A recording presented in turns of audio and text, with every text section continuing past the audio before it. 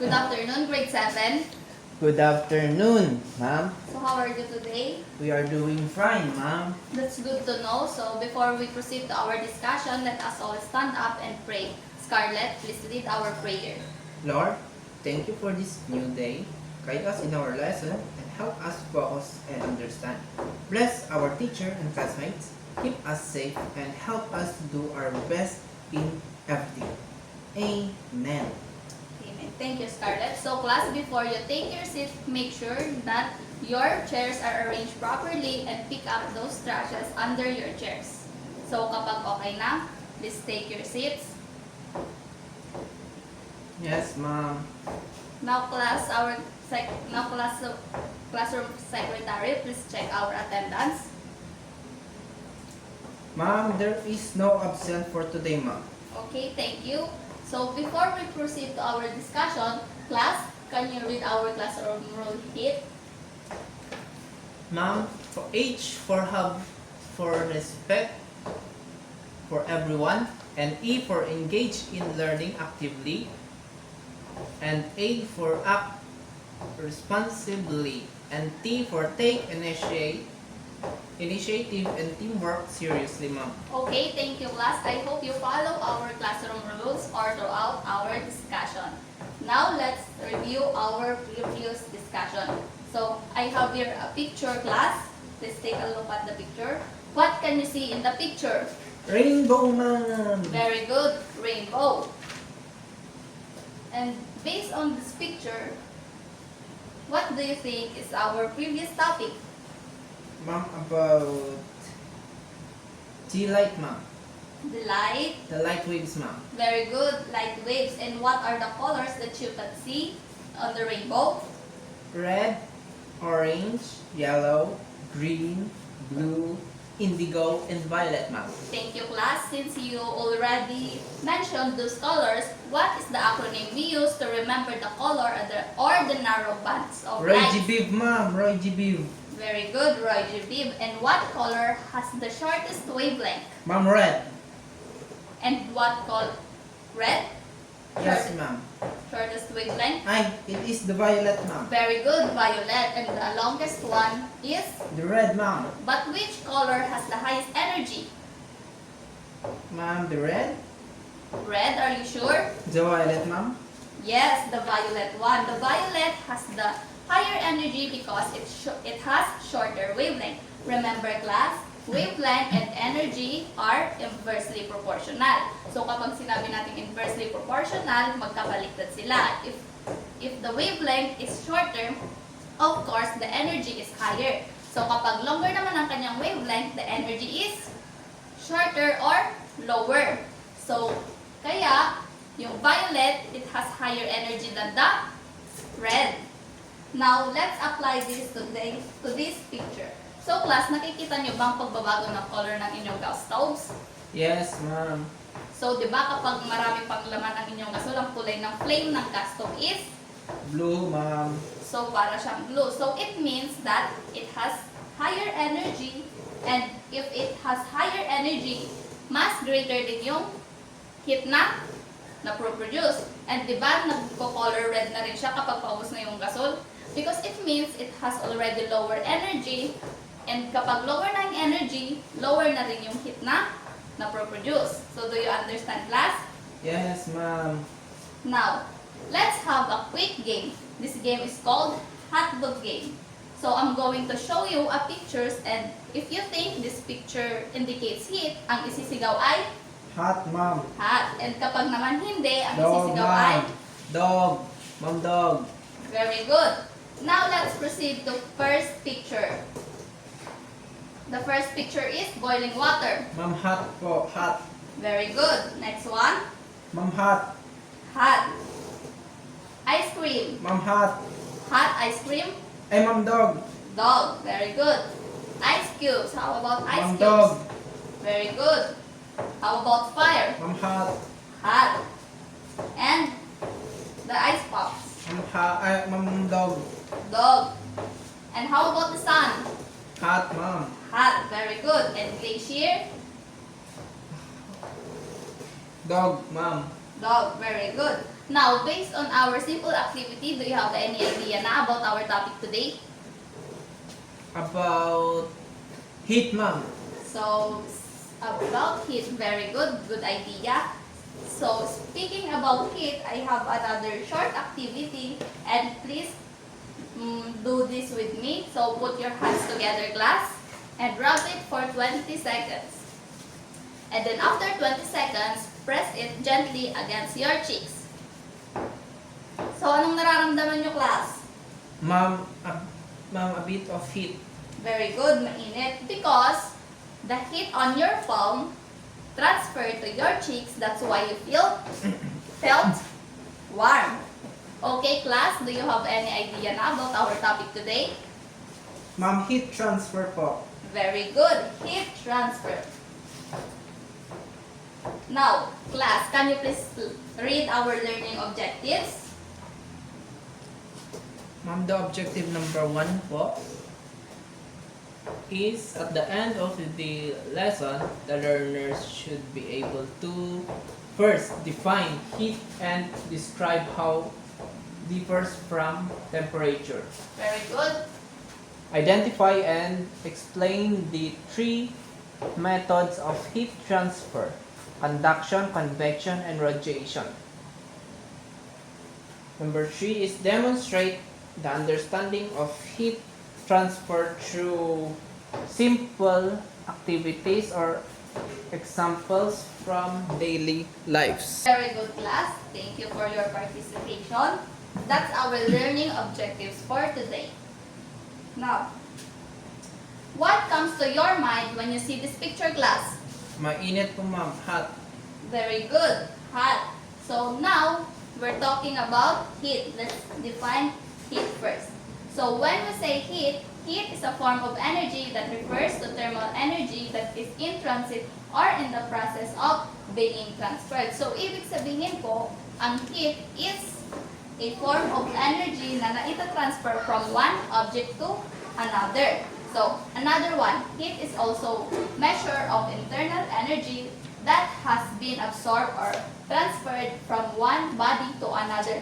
So, because of heat, nalalaman natin yung amount ng energy na na-absorb or natatanggap and nawawala sa isang object. And the unit for measuring heat is joule. So, yung ginagamit natin unit for measuring heat is joule. So, trivia guys, joules came from the name of James Prescott Joule because he was the one who discovered the relationship between mechanical energy and heat. Now, I have a question, class. Do you think heat and temperature are the same? Ma'am, hindi po. Good guess. Let's find out kung tama ang inyong sagot. So when we say temperature, class, it's the measure of how hot or cold an object is. So tama kayo. Heat is different from temperature because temperature siya lang yung nagsasabi kung gaano kainit or kalamig yung isang bagay. And what are the units for measuring temperature, class? What are those? Ma'am, Kelvin, Kelvin, Fahrenheit, Fahrenheit. Celsius, and Celsius. Very good. Those are the unit for measuring temperature. So, when it is hot, that temperature is high. For example, we are going to boil a water. So, before we ipainit yung tubig, you measure its temperature and it says there 30 degrees Celsius. And then you are going to boil it na. After boiling, you measure again the temperature of the water and it says there 100 degrees Celsius. So, from 30, naging 100 degrees Celsius. So, ilang degrees Celsius ang idinagdag ng temperature ng water glass? From 30 to 100. What's the answer? 70, ma'am. 70 degrees Celsius. So, it proves that kapag mataas yung temperature ng isang object, it is hot. Now, vice versa naman, when it is cold, the temperature is low. So, for example, we are going to freeze water. So, you measure again the temperature of the water. And it says there again, 30 degrees Celsius. So, after freezing, ang temperature na ng water or syempre, you freeze it na naging ice na naging 0 degrees Celsius na. So, from 30 degrees Celsius naging 0 degrees Celsius. So, ilan ang binaba ng temperatura ng tubig? From 30 to 0? Ang 30 degrees Celsius po. Very good. So, it proves that when it is cold, the temperature is low. Did you get it, class? Yes, ma'am. Now, take a look at the picture. So, anong nakikita nyo sa picture? Ma'am, ano po? Thermometer, ma'am? Very good. That is thermometer. So, saan ginagamit ang thermometer, class? Pang-measure po ng heat, ma'am. Heat or temperature? Ma'am, pang-measure po ng ano? Na gaano kainit yung object. Very good. Thermometer measure how hot or how cold an object is. Now, let's proceed to methods of heat transfer. Okay, can you unscramble the the letters, class, para malaman natin yung first method of heat transfer? Conductor, ma'am. Other answer? Conductor, ma'am. Other answer? Conduction, ma'am. Very good. The first method of heat transfer is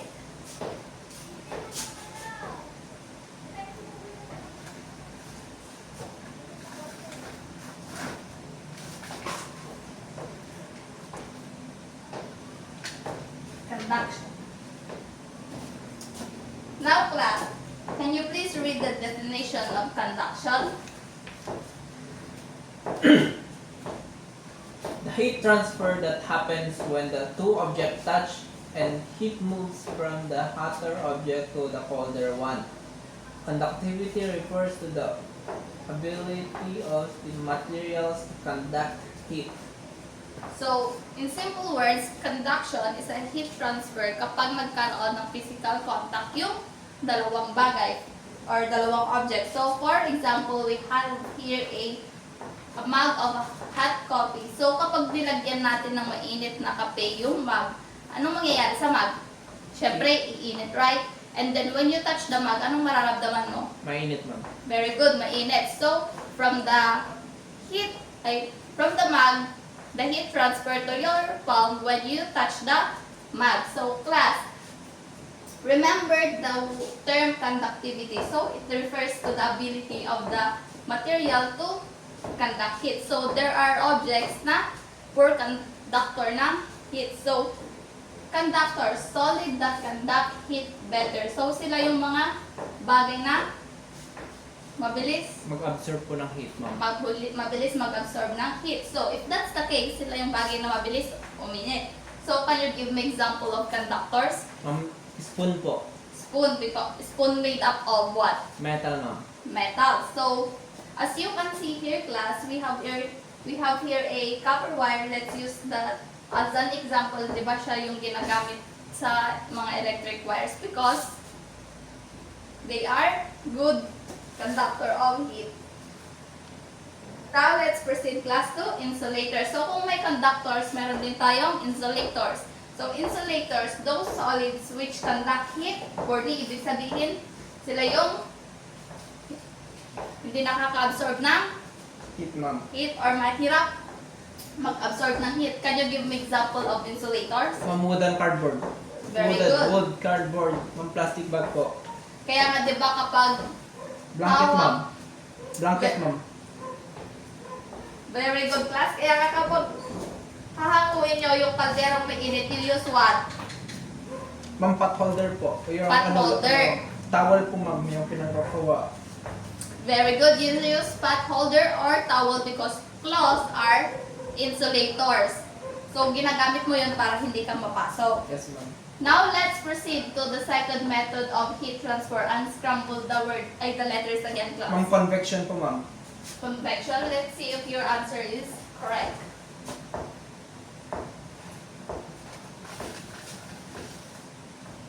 So, very good. The second method of heat transfer is what we call convection. Now, please read again the definition of convection. Convection. Heat transfers that happens in liquid and gases as warm fluid rises and cool fluid sinks, creating a flow of heat. So, when we say convection, nangyayari siya between gases, liquids, in fluid. So, remember class na yung warm air, warm fluids are lighter than the cold one. So, we have here an example. So, nakakita na ba kayo ng air balloons? Yes, ma'am. So, anong ginagawa sa air balloon para lumipad ito? Nag-ano po sila ng apoy, ma'am, sa loob ng sa baba ng balon, ma'am. Very good. So, nag-produce sila ng fire doon sa baba ng balloon, ng air balloon to produce warm air. So, kapag napuno na ng warm air yung air balloon, in that way, lilipad na yung air balloon. So, that's example of convection. Convection, ma'am.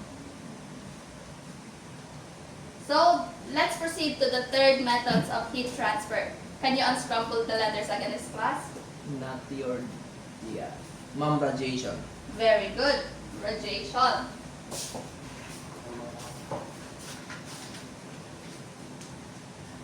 So, radiation nga ba? Let's find out.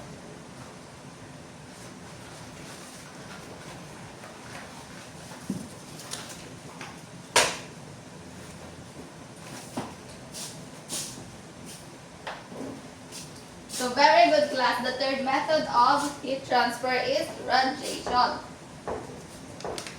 So, when we say radiation, a heat transfer through electromagnetic waves like light. So, it doesn't need solid, liquid, or gas to move. The heat travels through air or space and warm object that absorb it. So, when we say radiation, hindi niya kailangan ng any medium to transfer heat. So, we have here an example. So, the perfect example for radiation is our sun. So, kapag lumabas ka, Mararamdaman mo yung init, ma'am. very good. So, you don't have to touch the sun just to feel the warmth from it. So, that's the perfect example of radiation. So, nag-gets nyo na ba yung difference ng tatlong methods of heat transfer? Yes po, ma'am. Ma'am, yung yung conduction is ma'am, hahawakan mo siya directly. Very good. Ma'am, tapos yung radiation po is hindi mo siya ma'am, na hahawakan pero nararamdaman mo siya malayo, kahit malayo yung object, ma'am. And the convection. Ma'am, po, ma'am, the warm air rises and the cool air sinks po, ma'am. So, that's the definition of the three methods of heat transfer. Again, what is the three methods of heat transfer? Ma'am, conduction, convection, and radiation, ma'am. Very good class. Now that you already understand the different three methods of heat transfer, we have here an activity. So this activity is called heat in action. So I will divide you in three groups, class. So each number corresponds to your kung anong mapupunta sa inyong box. And inside this box, nandito na rin yung materials or nagagamitin nyo along with the instructions. So all you have to do is... Ma'am, may prize po ba? Yes, for my prize. So work collaboratively with your group mates. So remember our Yay! classroom rules team. Take initiative and work teamwork seriously. Yes po, ma'am. So, class, start counting now. 1, 2, 3. 1, 2, 3. 1, 2, 3. Okay, class, get your box na here. I'm giving you 5 minutes to do your activity. And after that, you're going to present that in front. Are you done, class? Not yet, ma'am. You still have 3 minutes to finish your activity. Yes, ma'am. Time's up. Are you done, class? Yes, ma'am. Now let's have a quick summary to your activity. So for the group 1, they observed the heat transfer conduction. So they used hot water and metal spoon. So the heat from the hot water transferred to the metal spoon because the metal spoon and the hot water had direct contact. And for the second one, for group 2, they observed the convection heat transfer. So they used hot water again and food coloring to observe how convection transferred heat. And the last one, or the group 3, they used candle to observe how radiation transfer heat. So That's your activity class. Now, let's proceed to how important heat transfer to our lives. So, heat transfer is very important in our life from our daily activities, helping us regulate temperature and support weather patterns, and also it helps us understand and use energy wisely. So, heat transfer also supports our survival. In what way? So, I will give you an example class. So, saan ba tayo nakadepende? So, to producers, right? So, producers create their own food. And tayo, nakadepende tayo to producers. So, paano nagkakapag-process ang producers ng kanilang own food? So, they use the energy from sunlight. So, how can they acquire the heat energy from the sunlight? Through radiation. So, in that way, dun pa lang class, napaka-important na ng heat transfer to our lives. Now, let's have generalization to our lessons by answering these 3 questions. So, is heat and temperature are the same? Very good. They are not the same. What are the 3 methods of heat transfer? So, we mentioned that the 3 methods of heat transfer is the first one, conduction, or through physical and direct contact. And the second one is convection. So, it happens between liquids, gas, or fluids. And the last one is radiation, where it doesn't need any medium to transfer heat. So, for your quiz class, I'm giving you 5 minutes to answer this quiz. So, can you please scan the QR code or click the link I sent to your group chat to access your quiz. You can now start answering your quiz.